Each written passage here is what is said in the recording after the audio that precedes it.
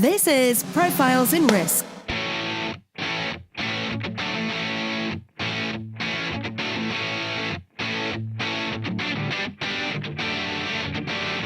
Hosted by Nick Lamparelli. Every week, we interview those who risk life, limb, fortunes, career, and reputation, and those who work behind the scenes who look to protect and enlighten us about risk. You can find the show notes and other insurance-related content at insnerds.com. That's INSNERDS.com. Now, on to the show.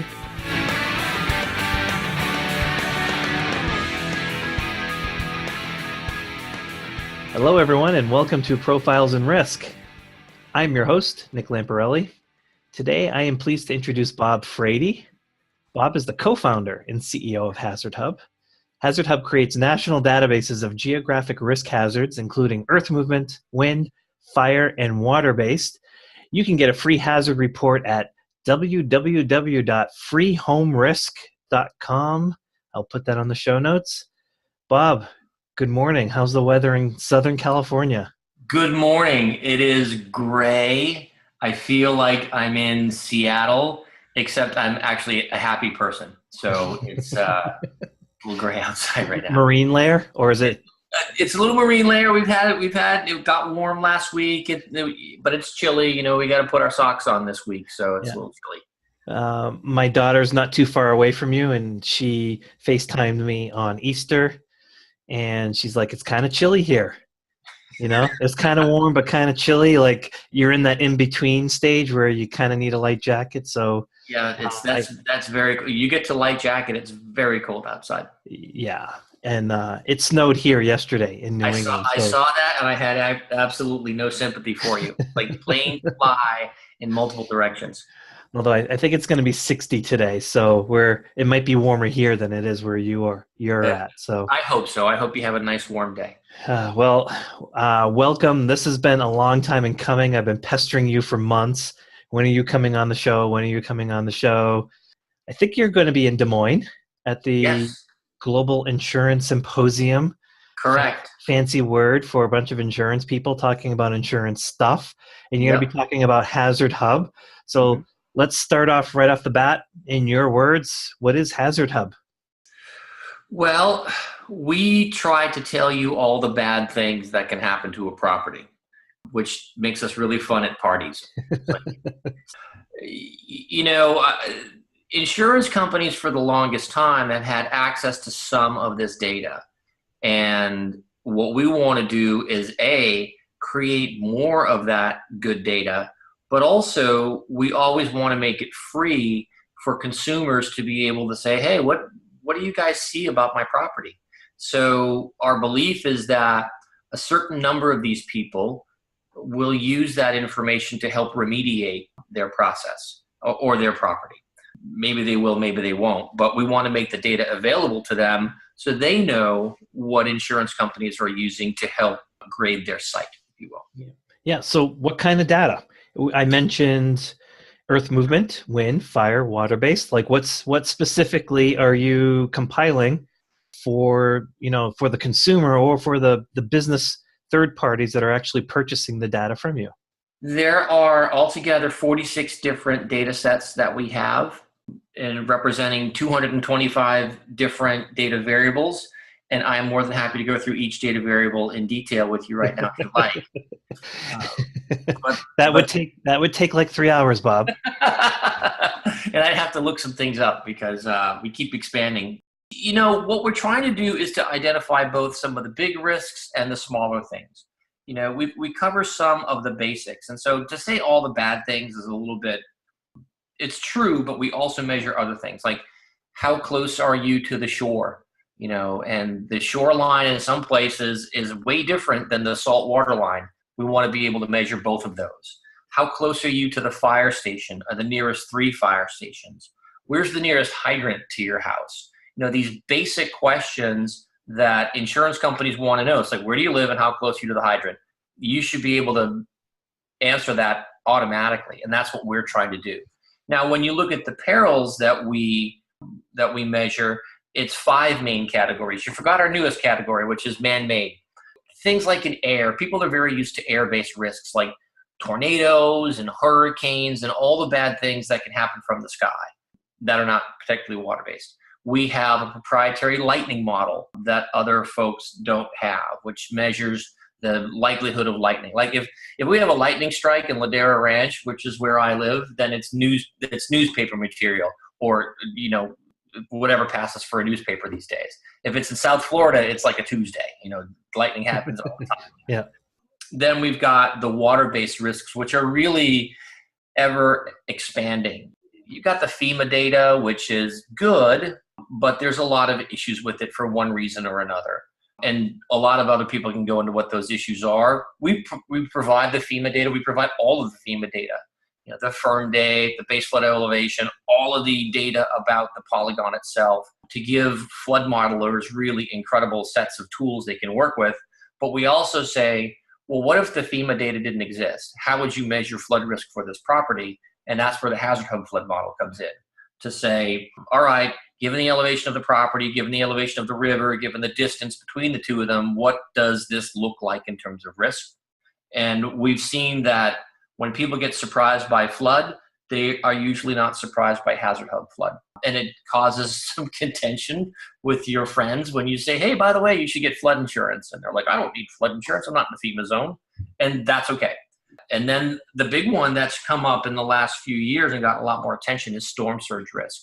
In Massachusetts, you see pictures of cars that are frozen underwater because the sea decided to come in and have a party and freeze your car. Those are the types of risks that we're trying to measure. On the fire side, it's things like, what's your incidence of wildfire? We measure wildfire in all 50 states. We know that for example, Ohio doesn't have a humongous wildfire problem unless there's a massive drought.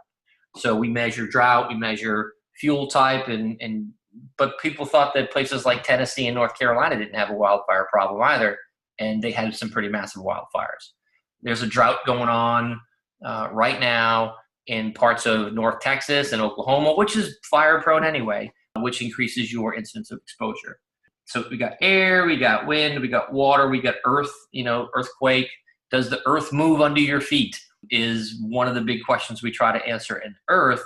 And then we had a little subsegment of earth that were things like underground storage tanks and toxic release facilities that really aren't earth-based risks. Those are man-made risks that people happen to stick into the ground.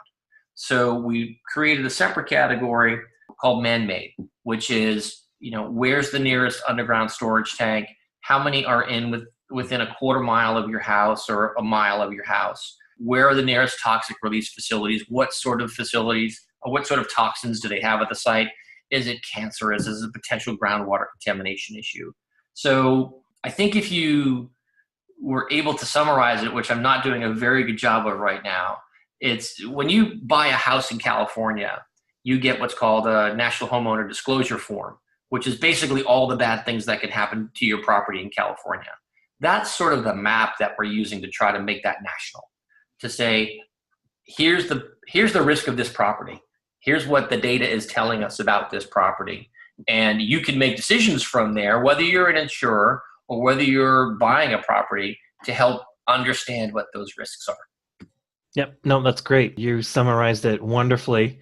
But that's a lot of work. Like, I've been following you the last week and looking at the fire hydrant database that you create. So what's the staffing like at HazardHub? Because it's a lot of data collection, curating, but also model building.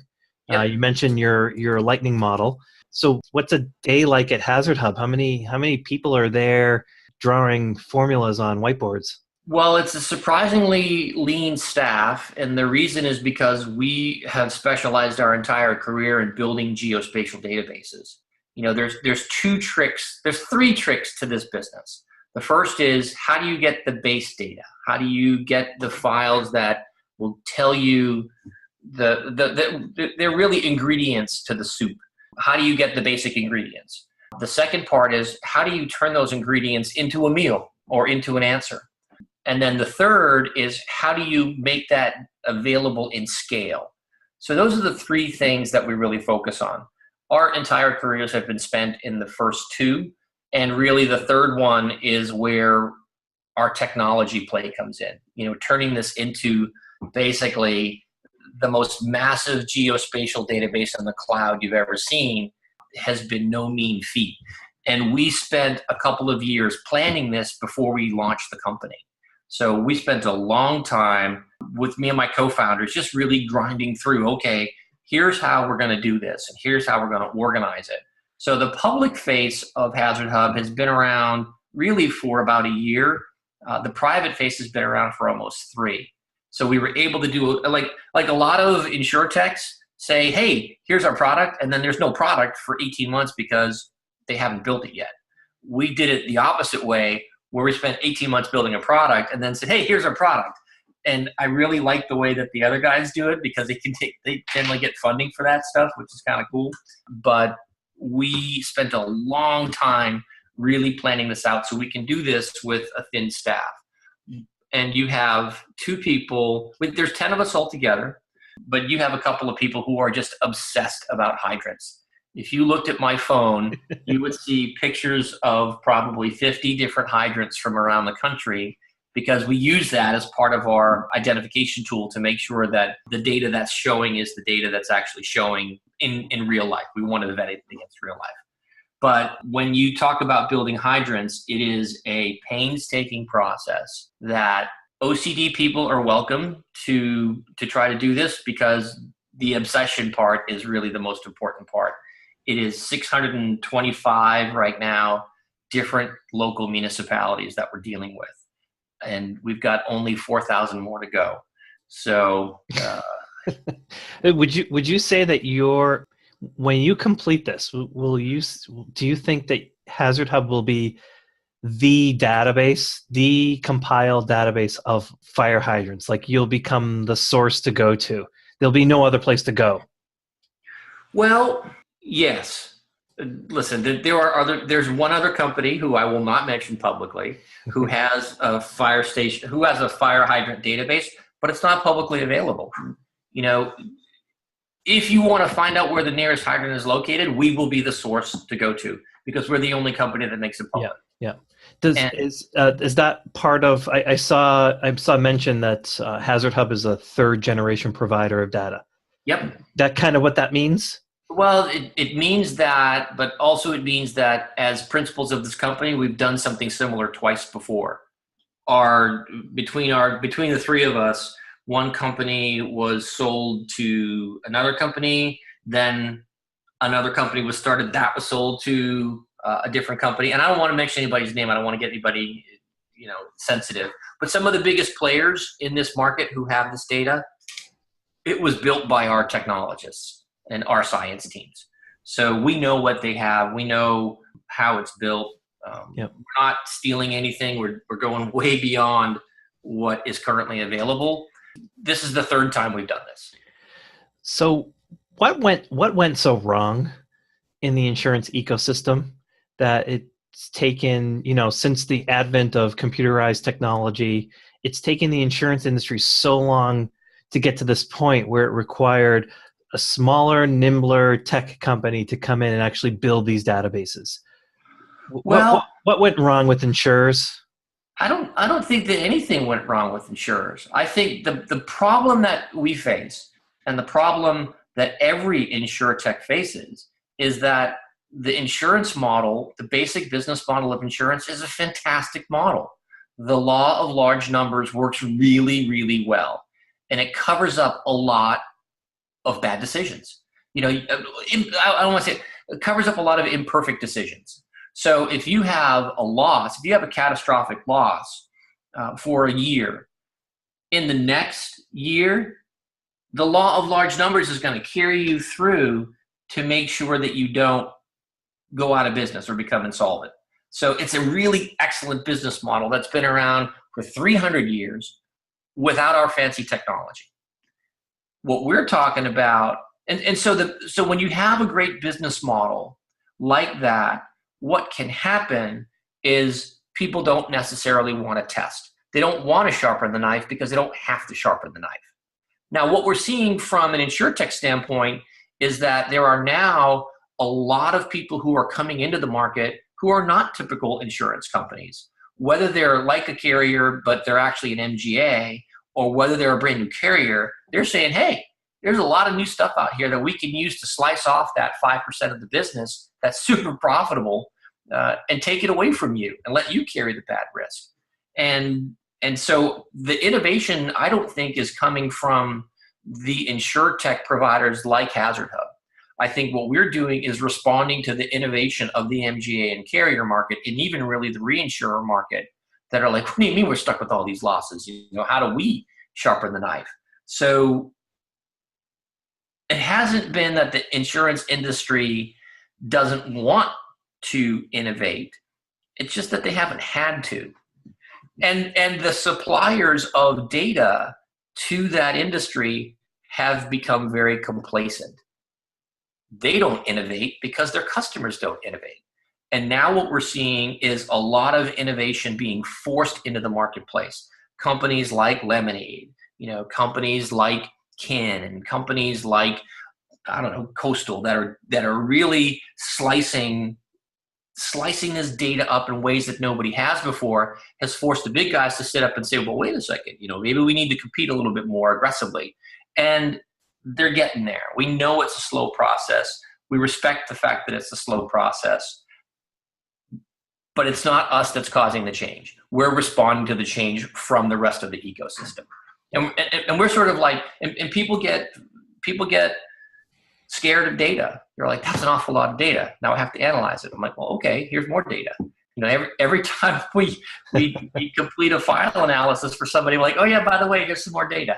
So the last couple of years have seen such an advancement in the pace of change in the industry that it's tough for people to absorb. And they'll get there, because the competitors are going to come in and skim off the profitable pieces of business using this data, and the majors will have to respond to that. Yeah. I'm hosting a panel in Boston in early May, Insurtech Rising, and it's on that topic. It's on the future underwriter. Yep. And what the future underwriter is going to look at. And so we're kind of, we're bouncing ideas off of each other, and that topic has come up. It's not that the underwriter is afraid of data. It's that it's so voluminous. Yeah. What do you do with it? What's the right thing? Yeah. I'm looking at my notes now, and you have step 2. I basically put data, arrow, model. Yeah. To me, that's the innovation gap. Yep. The data is all there. It's how do you take that data and convert it into models of information, or models that provide useful information that you can then use to create a market, price, whatever. I would take one little bone of contention on that. Is there's a lot of data there, but there's a lot of data that's still missing. I mean, fire hydrants have been missing. Like, this is the most basic question in insurance. It's like, where's a fire hydrant? And it's missing. So even those basic data sets, there's still room to innovate upon those. But you're right. The answer isn't more data. The answer is more answers. How do you generate those answers from the data? Yeah. Now, with any model, the biggest weakness of any model is the presence of appropriate data to score that model. What we're trying to do is provide as much coverage as we can. So if you say my model says, if there's 3 fire stations within a mile, and you're this far from the hydrant, and you're this far from this, and you're that far from that all that data is populated. That's our goal, is to make sure it's consistently populated. And that's what we do. So we feed into automated underwriting engines, beautiful, because the data is all structured. You don't have to deal with unstructured data. You don't have to try to make stuff up. It's all right there. You can run models on this all day long and come up with different answers. Now, actuarially, you still have to judge those models. And from an underwriting standpoint, you have to be able to execute those models. And that's pretty hard for companies to do, because there's pricing implications and there's rating implications. And those are real implications that you have to deal with. And so, we've had lots of situations where people are like, I really love your data, but then I have to rewrite in the state, so I'm not going to use it. I'm like, all right, I suppose that's a good reason not to do it. but it's but that's the hurdle, right? It's even look. I will give you there is missing data, but even when the data is there, this is from my experience. Mhm. Underwriters don't know what to do with it. Partially because I think if you think of like a pyramid of underwriters, the bottom layer of underwriters are basically being told what to do and how to do that from the top down. Mhm. They don't have the ability to take that data and do anything with it. And I Right. think a lot of the data is so new that the actuaries can't even do anything with it because there's no claims data to tie it to it. So like it is a mountain to climb to take that data and Yep. convert it to a usable model, but it's so worth it. Oh yeah. It's the competitive edge. Like I'm talking to VCs and they're like, "Well, what's your proprietary information?" It's Mhm. like, well, it's the models, the ensemble that we've created that then price it, and they're like, well, anyone can create that. And I was watching that TV show Billions Mhm. a couple weeks ago, and the main character, who's a trader, was worried. One of his employees was worried that, oh well, everyone's going to be able to see what they're doing because they were under investigation. He's like, listen, you can watch Bruce Lee movies. It doesn't mean you can go out and do karate Yeah, after exactly. that. And it's Well, like conversion of data to models is the proprietary piece, and that's incredibly difficult to reverse engineer. we hear that a lot from both carriers and from the investment community. Anybody can do this, and the answer is yeah, anybody could do it. I watch Fixer Upper with my wife, and I could go out and build a rock garden. I could theoretically. You could if you know what you're doing. Then it goes a lot faster and it's a lot smoother. But I tell people, like, yeah, you could build this business. It's going to take you 10 people. It's going to take you 2 years. Then you're going to have to maintain it. Or you can plug into this API that's already built. And sometimes they will go, you know what, we're just going to build it. And we've had some very funny conversations with people about, okay, go ahead, call us when you're ready, and it's going to cost you more. Yes. So there's have you heard of Oasis in the UK? It's the open source cat modeling platform. Mm-mm. No, I haven't. So it's, like Linux style open source. Mm-hmm. You get in, and it sounds great, right? It's like you don't have to pay for your cat models, or you can get very specific niche cat models, and you have this Oasis platform and you just plug it in and you go. And I worked for an insurer where it was like, oh, well, maybe we should do that. We could build our own cat model. And then you start to dig into the details, and it's like we'd have to hire a team of researchers, or buy, a component model Yep. from a vendor. Mm-hmm. Then it's just a platform. We'd have to hire an IT team to string it all out and plug the pieces in. You don't Mm-hmm. just get Linux and just run it. You need IT professionals that know how to use it and how to plug things in and all of that other stuff. We did some back of the envelope calculations, and it's like, wow, the first few years, huge resource expense just to get the thing started, with no guarantee that we'd be better off at the Yep. end of the day. Yep. Yeah, I see a lot of insurers that are like, oh, well, we could do that. Like, if you haven't, you can't. Like, if I think you that have a particular size, you can't do it. one of the things that salespeople, and I don't want to bang on my sales friends because they're very valuable. It is the world's oldest profession. The rest is just delivery.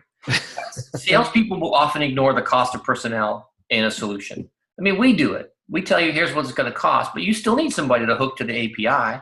You need somebody to be able to judge that data. And that's a cost that's often overlooked when it comes to doing this stuff. So that's why we try to make it simple to use. It's like more and more people are becoming familiar with APIs, although we have had some conversations recently where people go, what is that API you're talking about? I'm like, okay, we got to go back and explain things.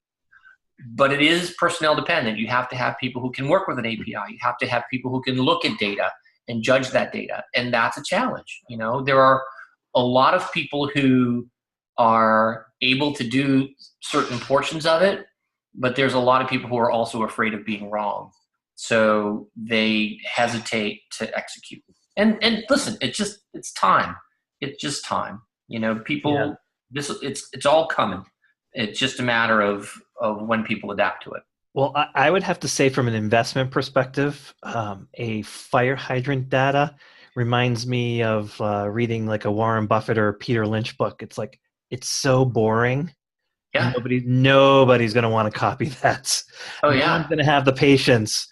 It's probably not boring to you guys, but for me, just like spending like 10 minutes on it, I'd be like, I have better things to do. Let's get something straight. It's very boring. It is extremely boring.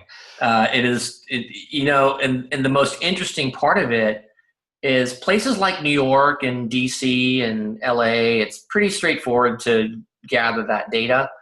Places like Chicago and Columbus, Ohio and Louisville, Kentucky are like, no, that's a national security concern. And we've talked to a lot of firefighters and they're like, you ever try to open a hydrant? I mean, hydrants defend themselves pretty well. You're talking about a lot of water coming out of a pipe very quickly. And I mean, when you've seen it, like a hydrant gets run over and the water shoots 40 feet in the air because there's such pressure. It's really hard to mess with the hydrant. You can't really put things in a hydrant and have them end up in the water system. You're more efficient putting something in your toilet and it'll get in the water system faster. Yeah. And so you have to deal with this perception that it's a national security issue. I'm like, what kind of an idiot terrorist is going to sign up for our API, find out where the nearest hydrant is, and then go attack the hydrant when they could just walk outside and find the nearest hydrant? I'm like, or a lake or a river or a stream. But you know what? To be fair to folks, people aren't asking for this stuff, and it's like this is part of the education process that you have to overcome, and you can't get frustrated. You can't. Frustration will kill you as an Insurtech. It's just, this is the nature of the beast that we're attacking, and it's just slow. It's slow, and that's okay. I didn't put this on the agenda, but I would like to pick at that for a second. Sure. So you're dealing with the insurance industry for all of its legacy issues with IT and everything we just talked about with getting data and converting data into appropriate models. The industry is notorious for slow sales cycles. Oh yeah. Something tech companies do not. We talked about this when we were, down at that bar in Dana Point. Routinely, if you miss a budget cutoff, you have to wait another year. Yep. To get in. Routine, very slow sales cycle. How have you found that? I think you had mentioned you have sales members on your team, but that must be a big frustration. Well, we're used to it. This is not our first rodeo when it comes to selling to insurance companies. And so we knew it going in, which is why we got started such a long time ago, is we knew that this was going to take time. And the way that you have to work at it is you have to be opportunistic with the pieces of the market that need to innovate. Who needs to innovate? New MGAs and online providers need to innovate. Smaller insurers, surprisingly, have pockets of innovation because they're the ones that end up getting negatively impacted by not having this data. I asked one insurer, I'm like, what do you do if the house is in a flood zone? They're like, I don't know if a house is in a flood zone. I'm like, it's going to affect your reinsurance premium a little bit. You might want to know that. And so there are these pockets of need within this giant industry. The good thing about insurance is it's $1 trillion industry. So if you can find a pocket, you can live in that pocket. And it's the whole crossing the chasm issue. You got to find the innovators who are out there who really need this stuff.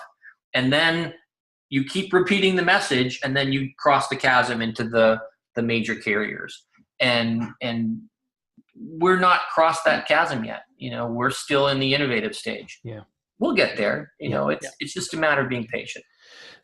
You have a unique business model. First of all, anyone that's listening to this can go to freehomerisk.com and get a HazardHub report. So it's free. Yep. You also have a very unique business model when it comes to commercial licensing and arrangement. Mm-hmm. Can you talk a little bit about that? Yeah, the industry has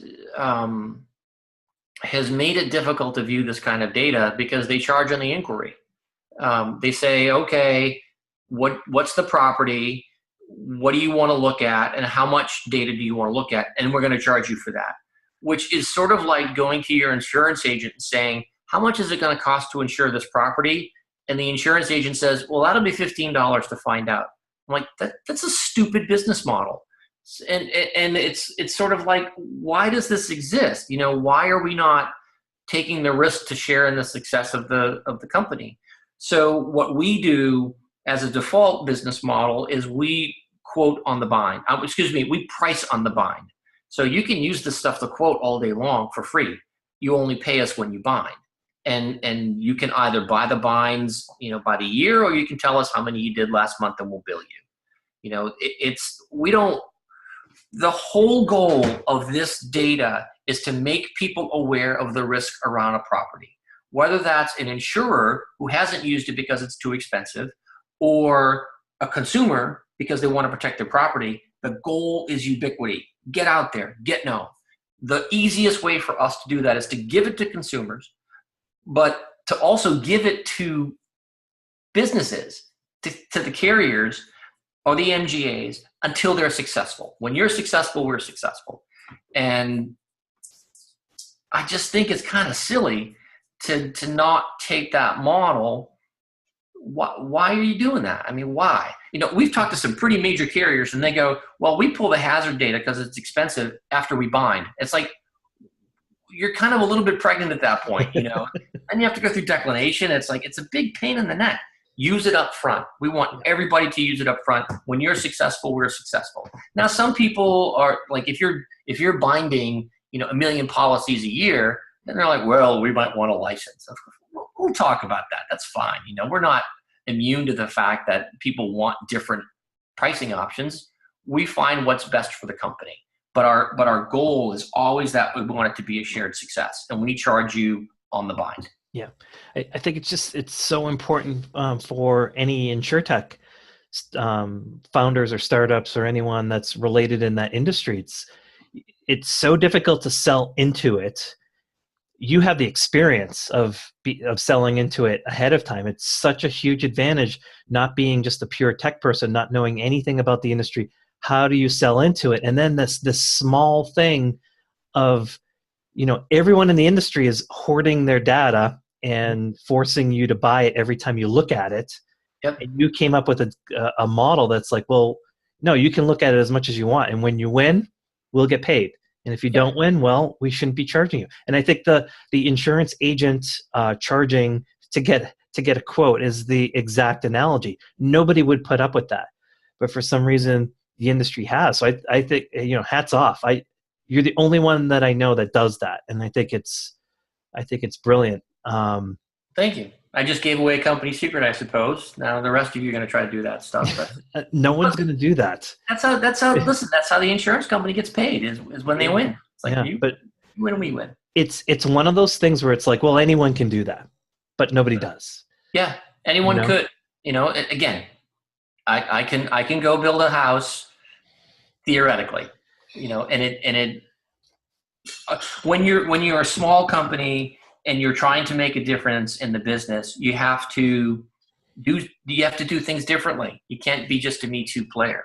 Yep. So part of this is it's not a trick, but it's a reflection of our reality. It's like, we want you to see this stuff. We want to give it to you until you feel comfortable. We never want to sell you anything, but we want you to buy a whole bunch. So if you want to test it, we give you the data. Here's 50,000 records worth of data. We give you the data back the next day, and here you go. Have a party, figure out how it works, and then we'll figure out how to price it. Yep. No, I love that model. You have an interesting background. Oh, yes. I found out about the last time we got together. You were doing stand-up comedy. Yes. For a while, and that's why you're so pleasant to talk to right now. I think that has helped. Why did you get into stand-up, and how has that helped you in business? Oh gosh, I did stand-up for a long time, close to just a bit over 10 years. I did it because I'm an attention hound, and this was an easy way to get a lot of attention. And that's why you're on Profiles on Risk. Exactly. As my business partner says, you've never met a microphone you didn't like. But every person has a need to express themselves in some particular way. Some people express it with their hand and they grow beautiful vegetables in a garden. Some people express it with their mind and they create formula that no one else has thought of. I like the language. I like to make people laugh. I grew up in a big family as the youngest of 6, and if you're not making people laugh, you get beat up all the time. So it was just a natural extension of my personality, I suppose. The thing that it taught me, the surprising place it helps me the most is in pitches, because I see a lot of people pitch. I just feel bad for them. I'm like, man, you need to go take an improv class or something. The key to successful stand-up is brevity. How do you have the maximum impact for the minimal amount of words? And the same thing is true in pitches, is how do you get your point across in 3 minutes? And it has helped me enormously. Number one, I've done hundreds of shows, so I don't have any nerves going up on stage. Two people or 20,000 people, it makes no difference to me. Although I'm always happy to pitch to 20,000 people. So if you can arrange that, just let me know. I'll be there. And the other thing is we want people to be not necessarily entertained, but we understand that when you're pitching, you're not usually pitching by yourself. There's maybe 10 or 20 other companies who are pitching. You got to be able to stand out somehow.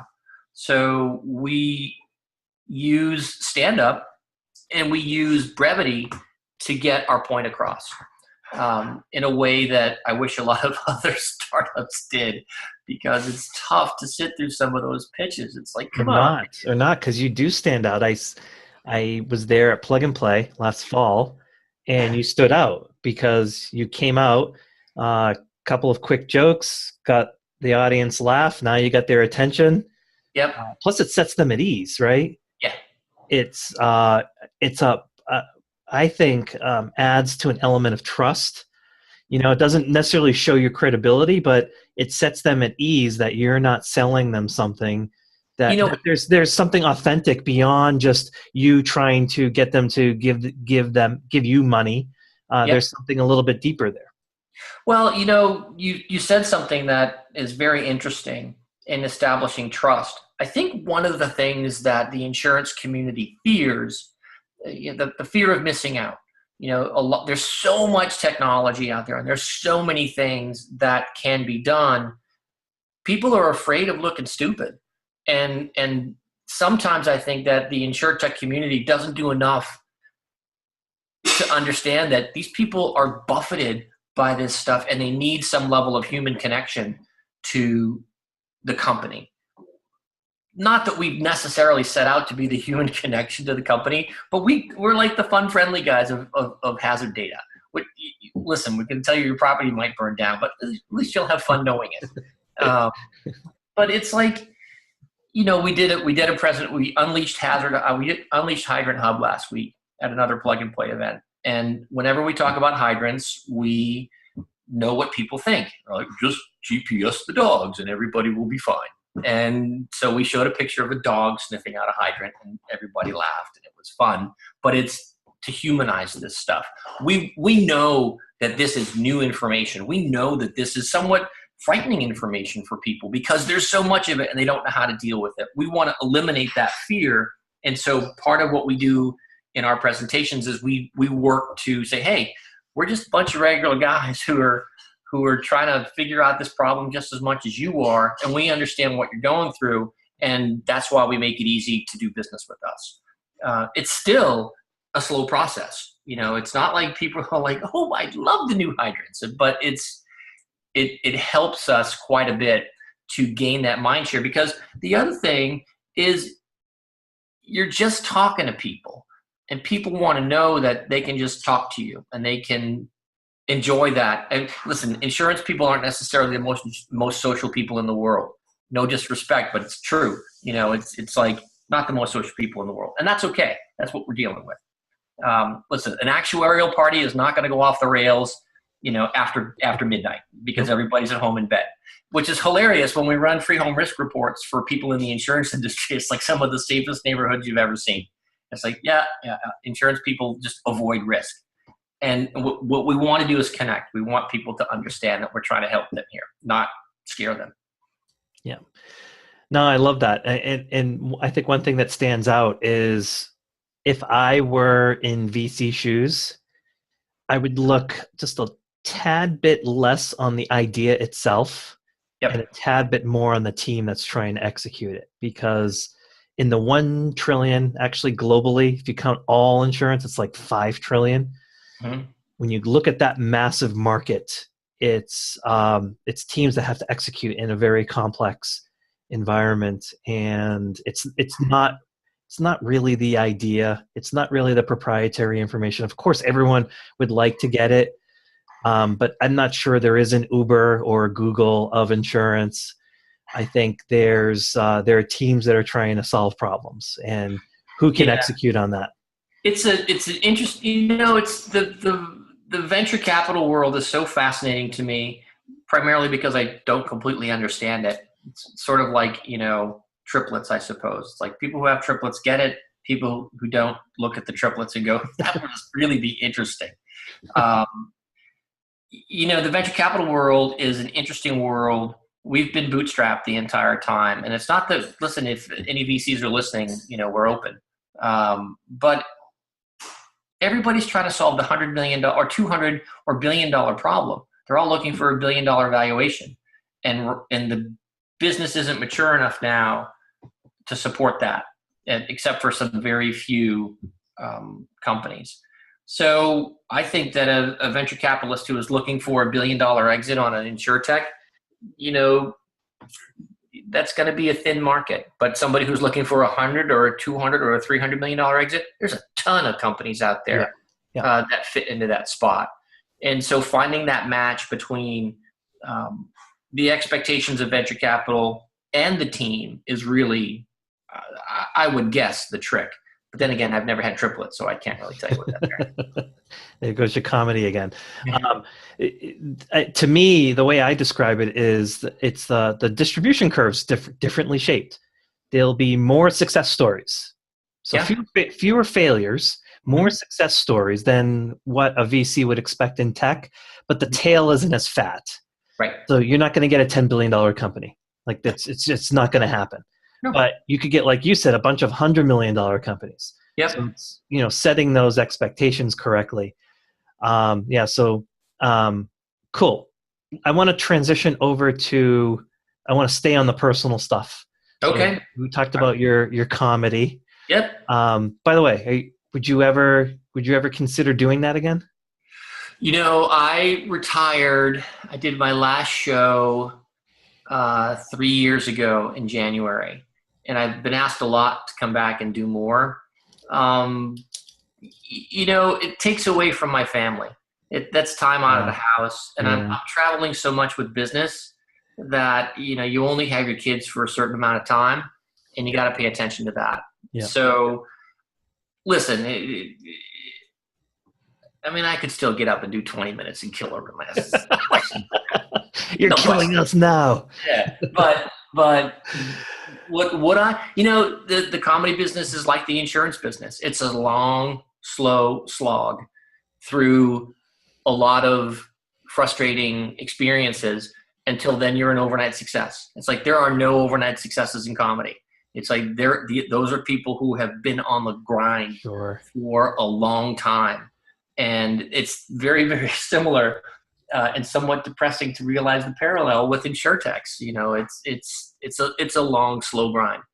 I've heard the stories of Chris Rock and how he prepares. It's amazing because he goes to all these small shops in New York or the Midwest to test his material, and he's got his little yellow notebook, and he's literally slogging through trying to build something.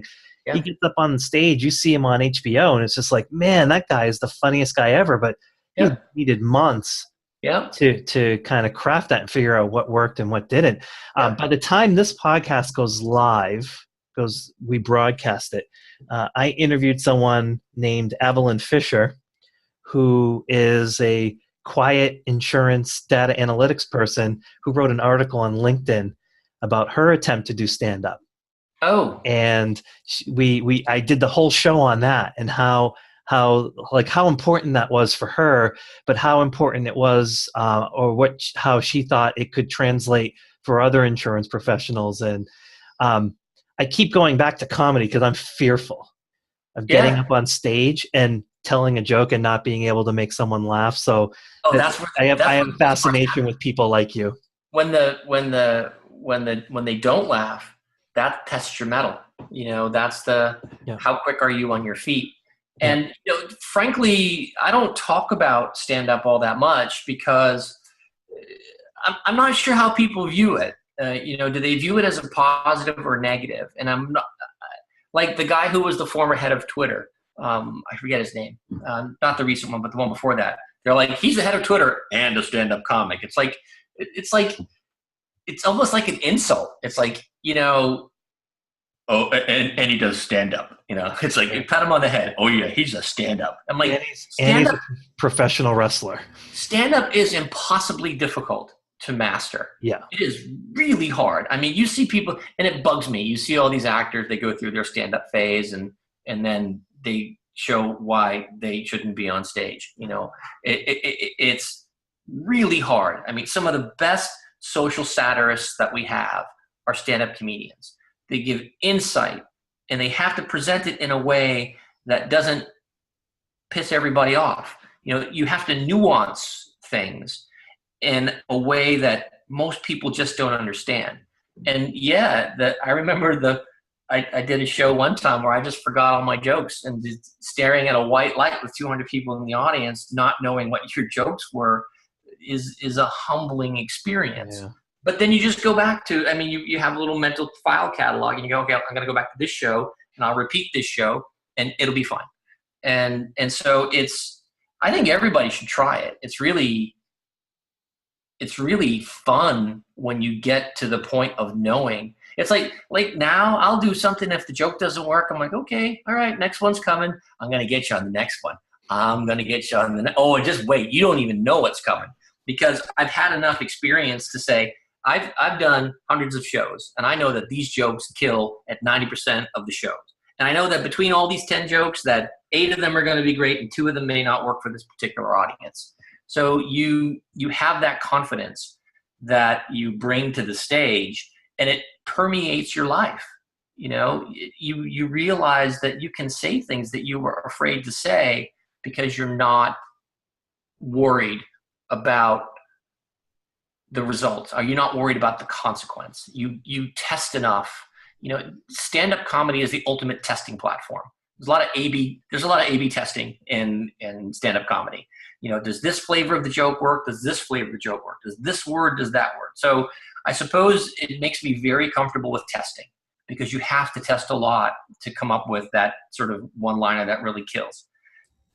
Yeah, put me in the category of having immense respect because, for one, I empathize with the failure aspect of it, but I also now, reading stories of Chris Rock and other things, like I empathize with people who master their art, who are willing to put that much time and effort in to get their craft to an art-worthy medium. And I hear stand up and it's just like, wow, I have a lot of respect for you. Even if it's shitty, it's just like that you would put yourself out there is enough respect for me because I'm the coward. I haven't done it yet. What's funny is I look at actuaries and I think you did all 10 exams. I'm like, that's to be respected. Absolutely. That's a lot of work. Yeah. A lot of people will do like 8 and I'm like, it's good enough, No, people who get to 10, it's like, that's committed. I look at the insurance world. I'm like, you have a diligence that I don't have. And I love that about what you do. Yep. And so it's and they look at me like, well, you tell jokes. And I'm like, well, I tell stories that are really funny. Yeah. And people keep telling me I look like Bill Murray, which really freaking bugs me. It happened just the other day. They're like, I'm staring at you and I'm looking at Bill Murray. I'm like, stop. People don't wake up in the middle of the night going, Bill Murray was just wrecking me. It's like, no, they're like, I was having coffee with Bill Murray. We had a nice conversation. I'm like, sorry. I will say you do not look like Bill Murray. Okay. Thank you very much. I'm glad that you said that because I'm tired of hearing it. It might be the goatee, but yeah, it's throwing them off. It's throwing them off. Yeah. When you aren't working or doing stand-up, what do you like to do? Figure out how to find more fire hydrants is my. That's work, though. That's work. Well, listen, when you're in a startup, that work is life. I can't accept that. You're in Southern California. You're supposed to say, I walk out to the beach. I would say my life is very well balanced. I have 3 kids. I love them. They are the lights of my life, and I have a wonderful wife, and I'm so lucky to have those things fall together because being in a startup can be rough, and the support of your family is super important, and you can't ignore them. So I spend a lot of time at my daughter's soccer games. I play a little golf when I get the chance. I spend time at my son's football games and just trying to understand that while there's a sprint that's going on, you have to pay attention to all the things around you and revel in those, because if you don't, you're going to lose them. And listen, when you die, you're not going to be like, I wish I spent more time finding fire hydrants, Yeah. So to me, I spend a lot of time with my family. And my golf game has suffered immensely since I started my own company. But Well, if I had to do, next time we see each other, we can play, and you can wallop me and feel a lot better about yourself. I don't even know if I could. I don't even know if I could wallop you. Listen, I would. I don't need to make you feel bad to make me feel good. That's not how Bob Frady rolls. But if you happen to feel bad, that's okay. Yeah. What you just said reminds me. I'm a huge Rush fan, and in the '80s they came out with or maybe it was the '90s, came out with a song called "Time Stand Still." Mm-hmm. Basically, the drummer Neil Peart, who wrote in his writing, he's basically screaming, "Time stand still!" Like time stop, because he felt like he was losing his life. Yeah. Traveling and performing, and he couldn't enjoy the finer things. Yep. And the first time I listened to the words was after I dropped my daughter off in college. Yep. And man, tears. I lost it. Yeah. You're a big softie like that, I hear. So.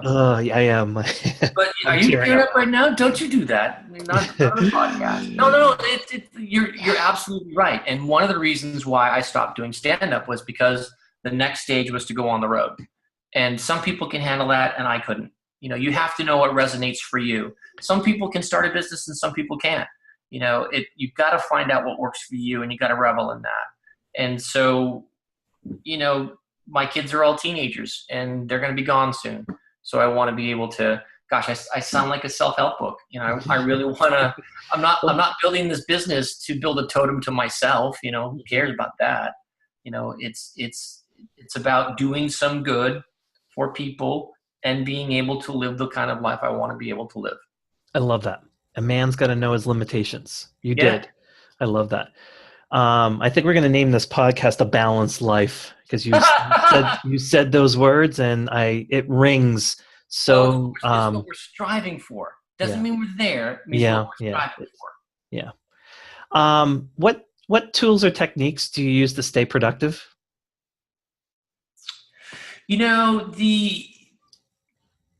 If you're going to start a company, you got to have a good team. And my co-founders help to keep me grounded and help to keep me on track. So whenever you get frustrated, you get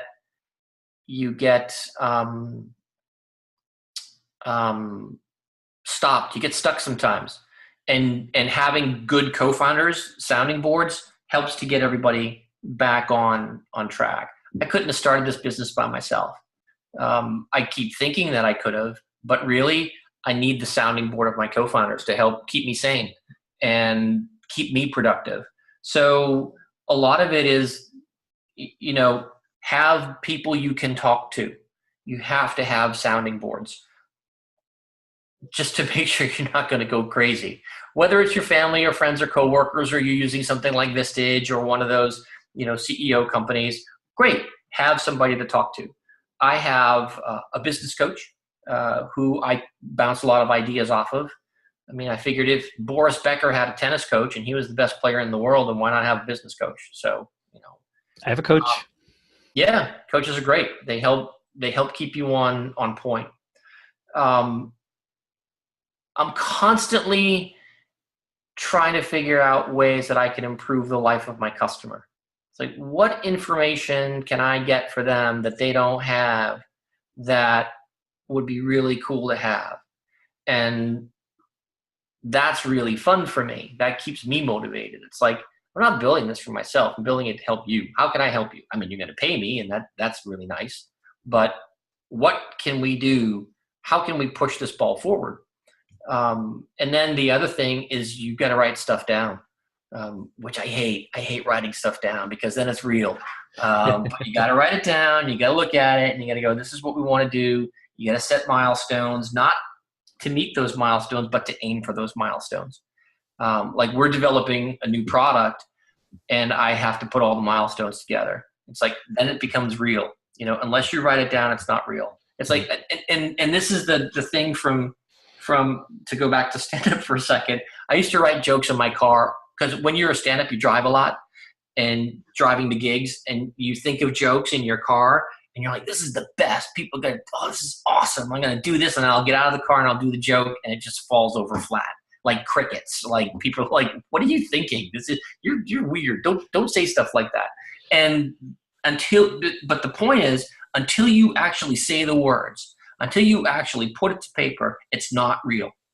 So you can't live in the world of make-believe. You have to live in the real world. Writing stuff down helps you to get there.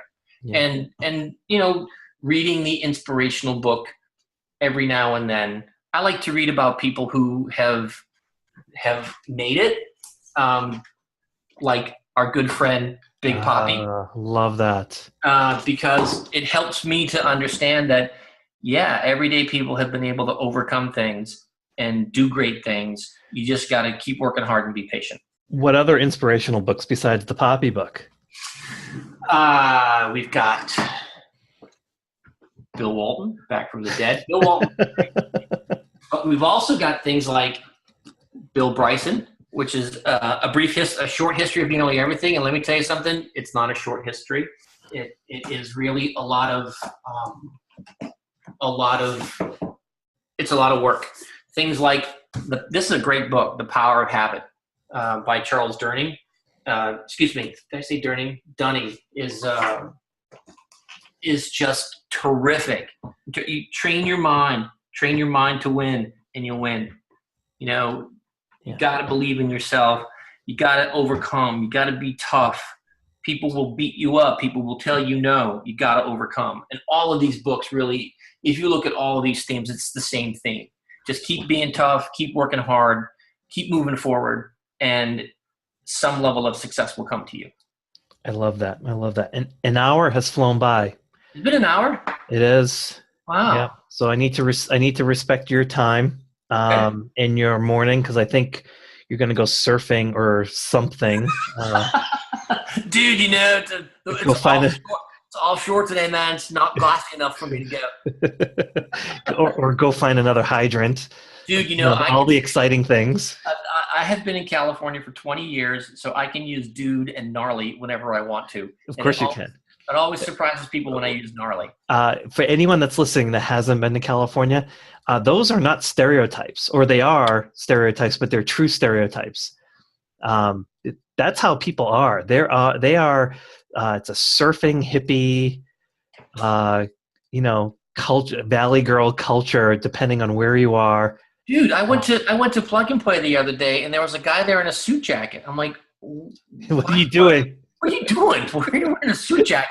He goes, it's appropriate to wear a suit jacket to customer-facing events. I'm like, I'm wearing pants. I'm pissed off. And I'm putting long pants on and no flip-flops. Yeah, plug and play. Dungy t-shirt, Dungy jeans, and Vans. Yeah. You don't need anything else. Be comfortable, because you're going to get tossed around the blender a little bit there, so you might as well be comfortable with it. Yeah. Bob, thank you so much. My pleasure, Nick. I appreciate it. This was awesome. My guest this week has been Bob Frady of HazardHub. Bob, awesome conversation. Thank you, man. Good talking to you. Good talking to you.